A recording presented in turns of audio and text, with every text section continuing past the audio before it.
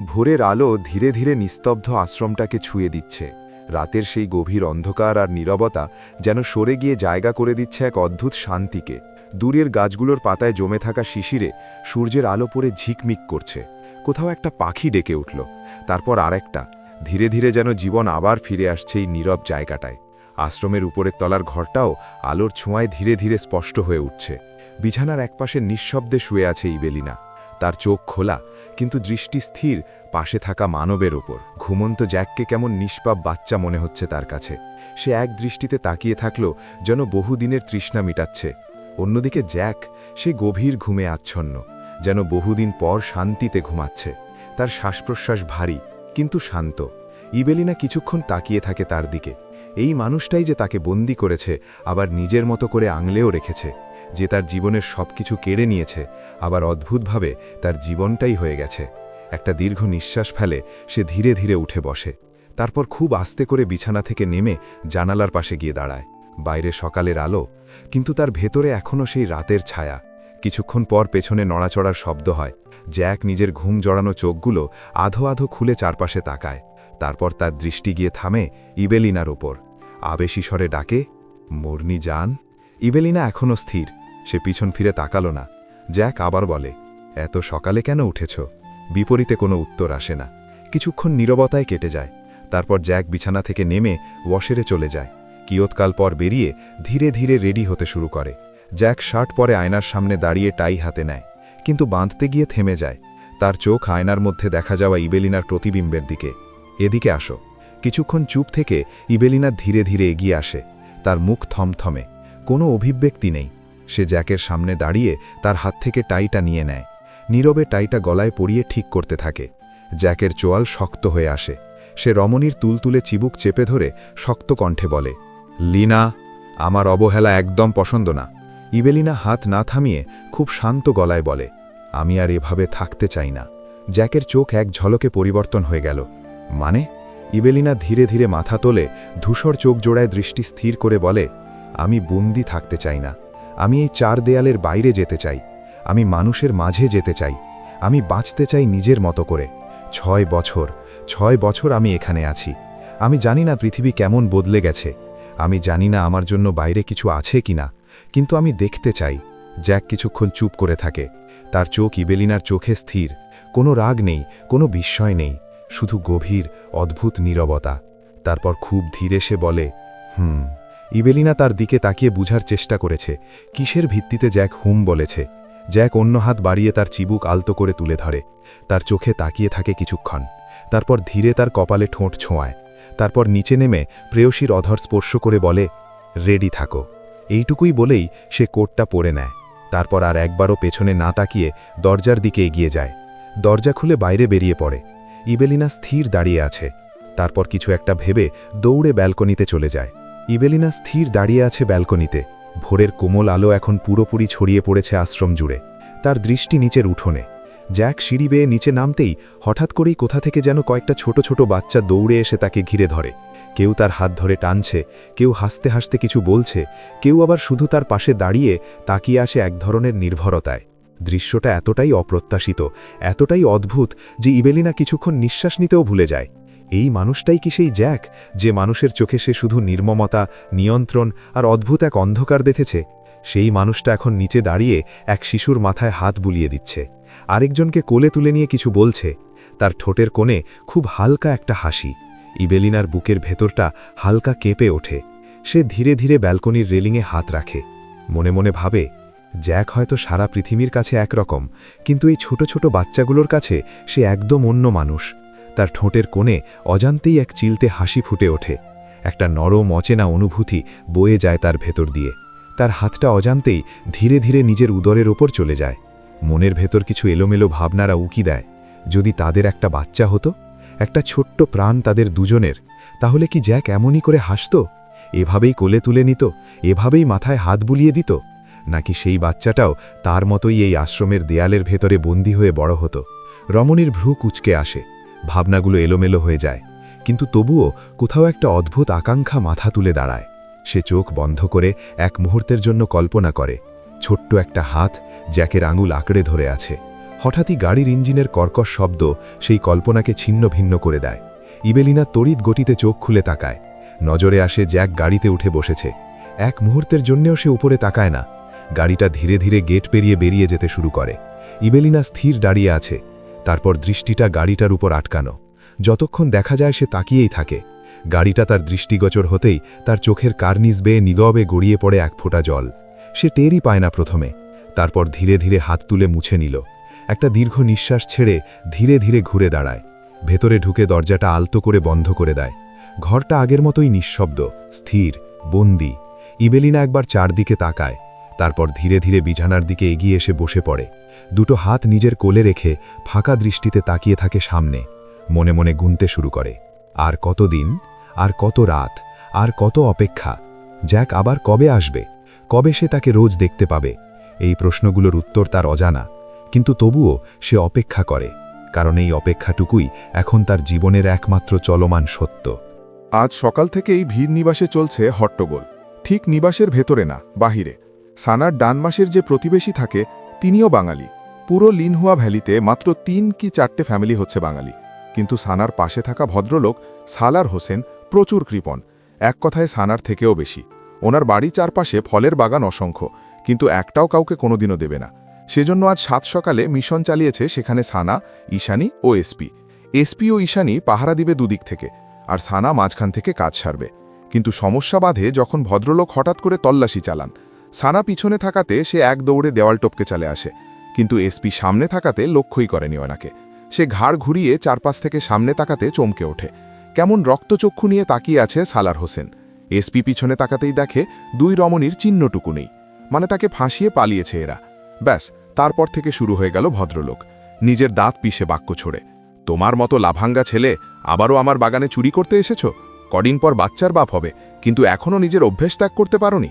সামনে থাকা এসপি তড়িঘড়ি করে প্রত্যুত্তর করে, বিশ্বাস করেন সালার বস্তা, মানে সালার আঙ্কেল, আপনার আপেল গাছে যে 10টা আপেল ধরেছে আমি এটা একদমই জানি না। আচ্ছা, ঠাকুর ঘরে কে? আমি তো কলা খাইনি, তুমি জানলে কিভাবে আমার গাছে 10টা আপেল আছে? বাক্যটুকু শ্রবণ হতে এসপি দাঁত দিয়ে জিভ কাটে। ইস, কি বলতে কি বলে ফেলেছে। তিনি কোমরে হাত দিয়ে দাঁড়িয়ে আছে উত্তরের আশায়, শুধু পারছেন না এসপিকে চিবিয়ে খেয়ে ফেলে। এসপি মিনমিন করে বলে, মানে আমি প্রতিবেশীর হক আদায় করছি, এগুলো যাতে অন্য কেউ চুরি করতে না পারে তাই আমি গুনে রেখেছিলাম আর কি, বেশি কিছু না। তাই নাকি? তাহলে ওখান থেকে 5টা গেল কই? তোমার মতো লাফাঙ্গা ছাড়া আর কে নিতে পারে? বিপরীতে এসপি শখানেক গালি দিল ওই কটকটিকে, আর হাজারখানেক গালি দিল এই ভদ্রলোককে। সে বিড়ি থেকে এসে ভেবেছে যাক, কাটাপ্পা মামার হাত থেকে বেঁচেছে, কিন্তু উপরওয়ালা তার জন্য এখানে আরেকটা রেখে দিয়েছে। তার বুঝে আসে না কেন তার জীবনে শান্তি নেই। এদিকে ভিড় নিবাসের দরজায় দাঁড়িয়ে দূর থেকে সবটাই অস্পষ্টভাবে দেখছে সানা। সে হাতে থাকা 2টা আপেলের দিকে তাকিয়ে বলে, কিরে, আমি তো 2টা চুরি করেছি, উনি 5টা বলছেন কেন? বাকি 3টার দায়ভার আমি কেন নেব? কেননা আমি বাকি 3টা নিয়ে এসেছি। সানার কারো কণ্ঠস্বর কানে আসতে পিছনে ফিরে তাকায়। নজরে আসে হাতে 3টে লাল লাল আপেল নিয়ে দাঁড়িয়ে থাকা ঈশানীকে। সানা মুখে হাসি টেনে তাকে বাহবা দিয়ে বলে, বাহ কালনাগিনী বাহ, দেশ কা নাম রোশন কর, এবার চায়না লুট কর, অ্যান্ড কংগ্রাচুলেশনস, আজকে আপনি সম্পূর্ণ অ্যাক্টার্স থেকে চোর হয়েছেন, তার জন্য আপনাকে আমার থেকে একটা ভাঙানো নোবেল। ঈশানীর তরফ থেকে কোনো রকম প্রত্যুত্তর আসার আগে পিছন থেকে আসে বাচ্চা কণ্ঠস্বর, মাম, আন্না, তোমরা কি চুরি করেছ? 2 রমণী চমকে পিছনে ফিরে তাকায়। দৃষ্টি আটকে যায় আরভিতে, যে কৌতূহল নিয়ে তাকিয়ে আছে তাদের দিকে।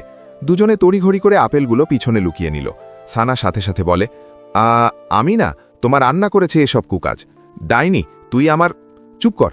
সানা তাকে ধমকে থামিয়ে গিয়ে ছেলের গালে হাত রেখে নরম স্বরে শোধায়, তুমি এসবে কান দিও না সোনা, না হয় তোমার আব্বা কোনোদিন জানতে পারলে তোমার আম্মাকে উপরে পাঠাবে। সে আর কিছু বলার আগেই বাহির থেকে আসে এসপির গলা ফাটানো গর্জন, কটকটি, কালনাগিনী, দাঁড়া! তার এমন হুঙ্কারে ঈশানীর হাত থেকে কবেই আপেল নিচে পড়ে গেছে। সে দরজার দিকে তাকিয়ে বলে, মারে ডালা, মারে ডালা! আবে ধুর, এবার পালা! ঈশানী সামনে তাকাতেই নজরে আসে সানা নিজের বাক্যখানা বলে আরভির হাতে নিজের আপেল দুটো ধরিয়ে দিয়ে কবেই পালিয়ে গেছে। ঈশানীও নিজে ছুট লাগায় তার উল্টো দিকে, কেননা এসপি যে পরিমাণ রেগে আছে না জানি কি হয়। এদিকে এসপি ধূপধাপ কদম ফেলে ভিতরে প্রবেশ করেই দেখে আরভির হাতে 2টো আপেল, নিচে আরও 3টে পড়ে আছে। সে থমকে 2 মিনিট তাকে পর্যবেক্ষণ করে, তারপর ঝুঁকে প্রশ্ন করে, তোমার মাম আর আন্না কোথায়?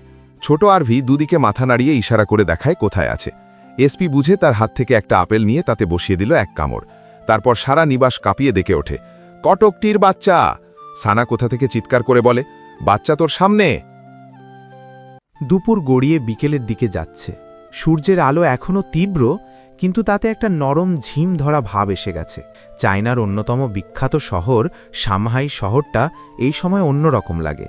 সকালের তাড়াহুড়ো পেরিয়ে এখন শহরটা একটু ধীর, একটু স্থির। উঁচু উঁচু বিল্ডিংগুলোর কাঁচে সূর্যের আলো পোড়া ঝলসে উঠছে। রাস্তার উপর গাড়ির সারি, কিন্তু কোনো বিশৃঙ্খলা নেই। সবকিছু যেন হিসেব করে চলছে। এই ব্যস্ত শহরের এক কোণে সবকিছু থেকে একটু দূরে দাঁড়িয়ে আছে সেই বিশাল ভিলা, ডার্ক লোটাস ভিলা। উঁচু দেওয়াল ঘেরা, বাইরে সশস্ত্র গার্ড, গেটের সামনে কালো গাড়ি দাঁড়িয়ে আছে কয়েকটা।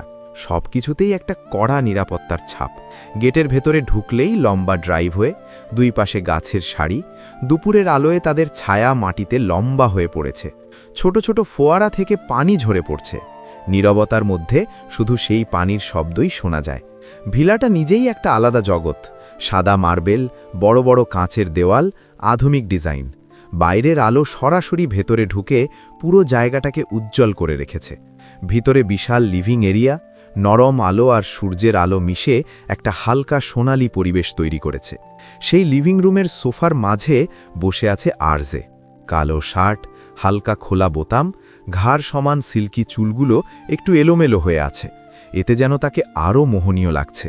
তার বাদামি চোখ দুটো স্থির, ভয়ঙ্করভাবে স্থির। হাতে একটা ওয়াইনের গ্লাস, কিন্তু সে সেটাতে চুমুক দিচ্ছে না, শুধু ধরে আছে। মনে হচ্ছে সে চারপাশে নেই। তার চিন্তা অনেক দূরে একটা নির্দিষ্ট জায়গায় আটকে আছে। হঠাৎ দরজা খুলে ভিতরে ঢোকে কাইলিন। সে দ্রুত এগিয়ে এসে বলে, বস, আরজের তরফ থেকে কোনো প্রত্যুত্তর আসে না। কাইলিন ফের বলে, এখানকার সিকিউরিটি পুরো সেট করা হয়েছে। পুরো ভিলাটা এখন আমাদের কন্ট্রোলে। বাইরে ভিতরে সব জায়গায় লোক বসানো হয়েছে। সে একটু থেমে আবারও বলে, লোকাল কানেকশনগুলোও অ্যাক্টিভ করা হয়েছে। শহরের মধ্যেও কোনো অস্বাভাবিক মুভমেন্ট হলে আমরা সঙ্গে সঙ্গে জানতে পারব। আরজে ধীরে গ্লাসটা টেবিলে রেখে দেয়। তারপর খুব আস্তে বলে, লিনহুয়া ভ্যালি। জি বস, ওখানে আমরা লোক পাঠিয়েছি। গ্রামটা এখান থেকে অনেক দূরে, একেবারে রিমোট এরিয়া। সবচেয়ে বড় সমস্যা হচ্ছে ওখানে কোনো ডিরেক্ট ফ্লাইট যায় না। গাড়িতে করেই যেতে হয়, আর রাস্তার কারণে একটু সময় লাগবে। তার জিহ্বা খসে বাকি বাক্যটুকু বের হওয়ার আগেই সে থেমে যায়, কারণ তার দৃষ্টি আটকায় আরজের তীক্ষ্ণ চোখে। আরজে নিজের দন্ত চেপে আওড়ায়। সময়? কাইলিন বাকিটা গিলে বলে, বস, আমি বলতে চাচ্ছিলাম, আমি কি সময় চেয়েছি? আমি তোমাকে কি বলেছিলাম? যত দ্রুত সম্ভব ইনফরমেশন। তাহলে এখনও কেন আমার কাছে কিছু নেই?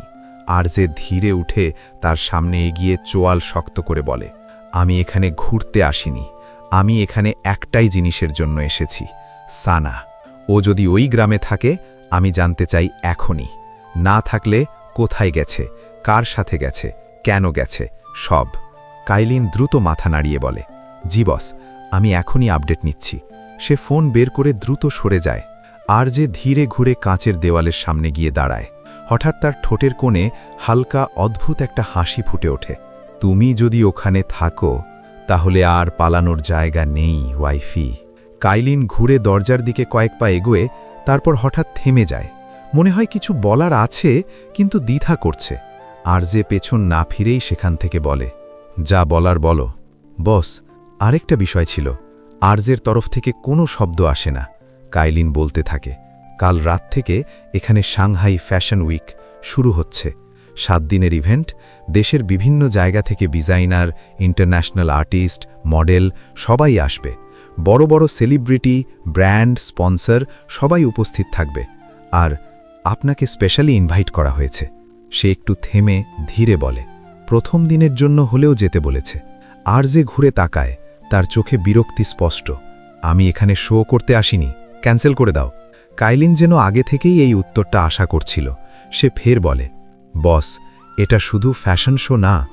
আরজে ভ্রু কুঁচকে তাকায়।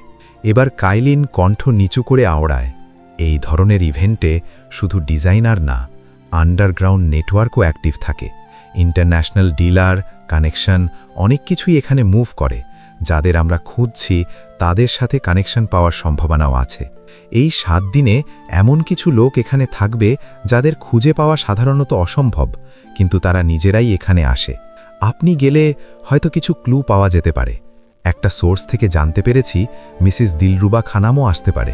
কাইলিন এক নিঃশ্বাসে সম্পূর্ণ বাক্যখানা উগড়ে দিয়ে তাকায় আরজের দিকে, উত্তরের আশায়। কিছুক্ষণের নীরবতা কেটে আরজে ধীরে বলে, ওকে, শুধু একদিন যাব। তার ঠোঁটের কোণে হালকা রহস্যময় হাসি ফুটে ওঠে। দেখি কে কে লুকিয়ে আছে আলোয়। জি বস। ভিলার ভেতরে আবারও অদ্ভুত নীরবতা নেমে এলো। সোফায় চোখ বন্ধ করে বসে আছে আরজে। এই সময় দরজা ঠেলে ভিতরে ঢোকে জ্যাক। সে ভিতরে প্রবেশ করে একবার চারদিকে তাকায়, তারপর তার চোখ গিয়ে স্থির হয় আরজের উপর। আজ প্রথমবারের মতো সে কিছু বলতে গিয়েও কোথায় যেন আটকাচ্ছে। বস। বিপরীতে কোনো সাড়া নেই। আরজে ঠিক আগের মতোই চোখ বন্ধ করে বসে থাকে। জ্যাক একটু এগিয়ে আসে। এবার কণ্ঠটা একটু শক্ত করে বলে, বস, আমি ইন্ডিয়া থেকে সরাসরি এলাম। ওখানকার কাজগুলো সেট করে এসেছি, সব ক্লিয়ার। তবুও বিপরীত প্রান্তের মানব থেকে কোনো প্রত্যুত্তর নেই। জ্যাক দাঁত চেপে ধরে। বুঝতে পারে এইভাবে ঘুরিয়ে কথা বলে লাভ নেই। শেষ পর্যন্ত সে সরাসরি বলেই ফেলে, বস, আমার বউ সামনে আসতে চাইছে। এক মুহূর্তে চট করে আরজের চোখ খুলে যায়। সেই দৃষ্টি সোজা গিয়ে জ্যাকের উপর পড়ে। আরজের কণ্ঠস্বর থেকে বের হয় তাচ্ছিল্য ভরা বাক্য, এদিকে আমার বউ ইঁদুরের গর্ত থেকে বেরোচ্ছে না, আর তোমার বউ সামনে আসতে চাইছে। জ্যাকের কপালে ভাঁজ পড়ে। আরজে এবার তাকায় কাইলিনের দিকে। কাই, তোমার বউয়ের কি খবর? দরজার কাছে দাঁড়িয়ে থাকা কাইলিন থমকে যায়। সে ঠিক তখনই বেরোতে যাচ্ছিল, কিন্তু কথাটা শুনে থেমে যায়। তার মুখে একদম অবাক ভাব। সে একটু ইতস্তত করে বলে, বস, আমার এখনো বিয়ে হয়নি। বিয়ে করতে চাও? কাইলিন এক সেকেন্ডও নেয় না, সঙ্গে সঙ্গে মাথা দুদিকে নাড়াতে থাকে দ্রুত। না বস, একদম না। তারপর নিজের মনে বিড়বিড় করে, আমি শান্তিতে বাঁচতে চাই। আপনাদের দুজনকে দেখে নিজেকে ভাগ্যবান মনে হচ্ছে। আরজের ঠোঁটের কোণে আবারও হালকা হাসি ফুটে ওঠে। গুড। আর জ্যাক, আমার বউ বাইরে না আসা পর্যন্ত তোমার বউও ভিতরেই থাকবে। বুঝতে পেরেছ? জ্যাক এবার চুপ করে থাকে কিছুক্ষণ, তারপর নিচু গলায় বলে, বস, আমি ওকে কথা দিয়েছি, অফ ডিসকাশন। আরজে আর কাউকে কিছু বলতে না দিয়ে সিঁড়ির দিকে চলে যায়। তার পায়ের শব্দ ধীরে ধীরে মিলিয়ে যায় ওপরে। নিচে জ্যাক নিষ্প্রভ দৃষ্টিতে তাকিয়ে ধীরে ধীরে বলে, এই লোকটার সাথে ডিল করা দিন দিন কঠিন হয়ে যাচ্ছে। কাইলিন পাশে দাঁড়িয়ে সব দেখছিল। তার জীবনে প্রথমবারের মতো জ্যাকের অবস্থা দেখে পেট ফেটে হাসি আসছে। সে কোনোমতে ঠোঁট কামড়ে হাসি চেপে কিছু বলার আগেই জ্যাক রুক্ষস্বরে আওড়ায়, একদম কাটা গায়ে নুনের ছিটা দিতে আসবে না। কাইলিন এবার কোনোমতে গম্ভীর থাকার চেষ্টা করে। জ্যাক বিরক্ত হয়ে শিট বলে বেরিয়ে যায়। একটু নীরবতা, তারপর কাইলিন আর নিজেকে ধরে রাখতে পারে না। সে হেসে দিল জোরে। হাসতে হাসতে বলে, একজনের বউ গায়েব, আর একজনের বউ বেরোতে চাইছে, আর আমি এখনো সিঙ্গেল। লাইফ ইজ গুড, কোনো প্যারা নাই। তুড়িঘড়ি করে মুখ চেপে আবার নিজের হাসি আটকে ফেলে, কেননা আরজে বা জ্যাক দেখতে পারলে তার খবর করে ফেলবে। আর যদি জোর করে বিয়ে দিয়ে দেয়, তাহলে তো সারা জীবনের মতো হাসি বন্ধ হয়ে যাবে। চায়নার লিনহুয়া ভ্যালির কাছাকাছি ছোট্ট আধুনিক জনবসতির মধ্যে একটা 2 তলা ভবনের 2য় তলায় অবস্থিত ভেলোরা অ্যাটেলিয়ার। নামটা শুনতে বড়সড় কিছু মনে হলেও বাস্তবে এটা একটা ছোটখাটো অফিস। তবে এই ছোট জায়গাটার মধ্যেই লুকিয়ে আছে অনেক স্বপ্ন, অনেক পরিশ্রম আর কিছু মানুষের চুপচাপ লড়াই।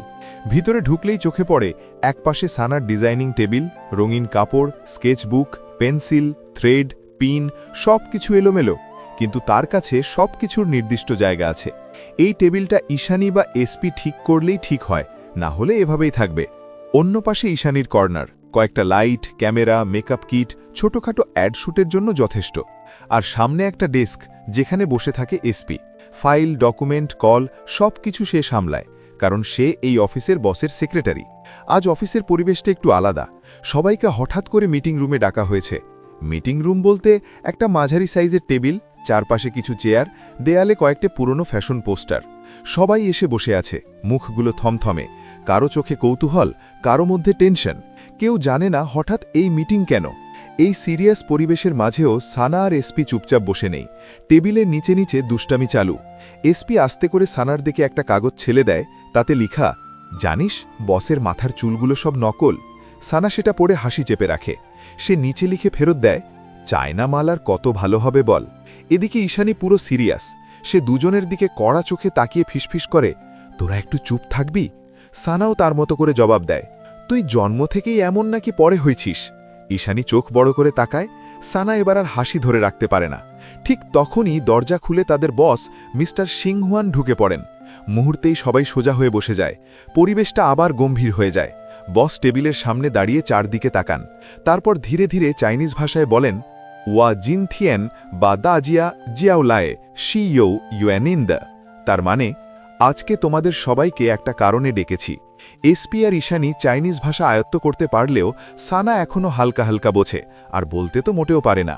তিনি ফের বলেন, একটা খুব ভালো খবর আছে। কাল থেকে শুরু হচ্ছে সাংহাই ফ্যাশন উইক। কথাটা শুনেই রুমে হালকা গুঞ্জন শুরু হয়ে যায়, কারণ সবাই জানে এটা কত বড় প্ল্যাটফর্ম। সিংহুয়ান আমার বলেন, আর এই বছরের জন্য স্পন্সররা আমাদের কোম্পানি থেকে একজনের ডিজাইন সিলেক্ট করেছে। এক মুহূর্তে পুরো রুম নিস্তব্ধ। সবাই তাকিয়ে আছে চাতক পাখির ন্যায়। কার নাম বলবেন, এই অপেক্ষা। সানার বুকের ভেতর ধুকপুক শুরু হয়। সে কাল রাতে ডিজাইনগুলো দিয়েছিল। বস হালকা হেসে বলেন, সুনেহনা খানম। মুহূর্তে এসপি চেয়ার থেকে উঠে দাঁড়িয়ে হাততালি দিতে শুরু করে। সুনেহনা খানম, এটা সানার ছদ্মনাম। এখানে আসার পর মিসেস দিলরুবা খানম তার পরিচয় ওনার মেয়ের নাম জড়িয়ে ঢেকে দিয়েছেন। সানা প্রথমে স্থির, তারপর ধীরে ধীরে তার মুখে হাসি ফুটে ওঠে, চোখে অবিশ্বাস আর আনন্দ। রুমের সবাই করতালি দেয়। কেউ কেউ এসে তাকে অভিনন্দন জানায়। ঈশানী এসে তাকে জড়িয়ে ধরে, দেখছিস, আমার সাথে থাকলে ভাগ্য খুলেই যায়। মিস্টার সিংহুয়ান আবার বলেন, এটা শুধু তোমার না, আমাদের ভেলোরার জন্য একটা বড় অর্জন। আর সুনেহনা, তোমাকে 7 দিনের জন্য সেখানে যেতে হবে। লাইভ শোকেস হবে তোমার ডিজাইন। সানার চোখ বড় হয়ে যায়। আমি নিজেও থাকব? আর এসপি তো আমার সাথেই থাকবে। এই সময় ঈশানী হঠাৎ বলে ওঠে, বস, আমিও যাব। সবাই তার দিকে তাকায়। মিস্টার সিংহুয়ান গম্ভীর মুখে দাঁড়িয়ে কিছু বলার আগেই ঈশানী বলে ওঠে, আমি গেলে কোম্পানিরই সুবিধা, মডেলিং, প্রেজেন্টেশন সব কিছুতে সাহায্য করতে পারবো। একটু নীরবতা শেষে বস হেসে বলেন, ঠিক আছে, তুমিও যাবে। আর আজকে এই খুশিতে পুরো অফিসকে আমি ট্রিট দিচ্ছি। মুহূর্তেই রুমে উচ্ছ্বাসে ভরে ওঠে। সিংহুয়ান বেরুনোর আগে তাদের 3 জনের দিকে তাকিয়ে বলেন, আর তোমরা 3 জন কাল সকালেই রেডি থাকবে, কারণ শহরে যেতে যেতে রাত হয়ে যাবে। 10টায় পার্টি শুরু হবে। 3 জনই মাথা নাড়িয়ে হ্যাঁ বোঝায়। একে একে সবাই বেরিয়ে পড়ে। সবাই চলে যাবার পেছনেই 3 মাথা একসাথে চলে আসে। সানা দাঁত দিয়ে নখ কাটতে কাটতে কিছু একটা ভেবে বলে, ইয়ার, আমি না ক্যামেরার সামনে যাব না। পাশ থেকে ঈশানী বিস্মিত গলায় প্রশ্ন ছুড়ে, কেন? আরে এটা ইন্টারন্যাশনাল, যদি মার্কানের লোক দেখে ফেলে তাহলে সমস্যা হয়ে যাবে। ঈশানী উচ্ছ্বাস ভরা কণ্ঠে শুধায়, আচ্ছা, তাহলে আমি একদিনের জন্য মিস সুনেহনা খানম হয়ে যাব? এসপি সাপ সাপ তার মুখের উপর শক্ত কণ্ঠে নিষেধ করে দিল, ওটা পেস্ট্রির, আপনি কেন নেবেন মিসেস নাগিন? ব্যাস, শুরু হয়ে গেল দুজনের কথা কাটাকাটি। সানা দাঁত চেপে দুজনকে দুদিকে সরিয়ে বলে, আবে ইয়ার, চুপ কর তোরা দুজন। কথা ক্যামেরার সামনে বা পিছনে না, কথা হলো আমরা সবাই পার্টিতে যাচ্ছি, আর সবচেয়ে বড় কথা হলো বস ট্রিট দিচ্ছে। মানে? 3 জন একে অপরের দিকে আর চোখে তাকিয়ে একসাথে চিৎকার করে বলে, মানে কবজি ডুবিয়ে খাওয়া। এই বলে 3 জনই একসাথে বাইরে চলে যায়। ঈশানী বিডিতে থাকতে কত ডায়েট, কত কিছু ফলো করত, কিন্তু এখানে এদের সাথে থাকার পর ডায়েট তার থেকে 10 হাত দূরে চলে গিয়েছে। ঈশানী যেতে যেতে সানাকে বলে, ডাইনি শোন, আমরা কিন্তু দুজনে অফ শোল্ডার গাউন পরব। না, আমি ওসব ছোটখাটো দুশাক পরব না। আরে ওটা লং গাউন, শুধুমাত্র অফ শোল্ডার। না, আরে প্লিজ না, একদিনই তো, শুধু কালকে। তুই কালোটা, আমি লালটা। কালকে পার্টির প্রথম দিন, সবাই থাকবে, শুধু কালকে, প্লিজ প্লিজ। সানা শেষমেশ বাধ্য হয়ে রাজি হয়ে যায়। এখন চল, মিশন টু বসকে লুটা কমপ্লিট করে আসি। আরে আমি ভীষণ এক্সাইটেড, বহুদিন পর কালকে পার্টি পার্টি, ইয়াহ।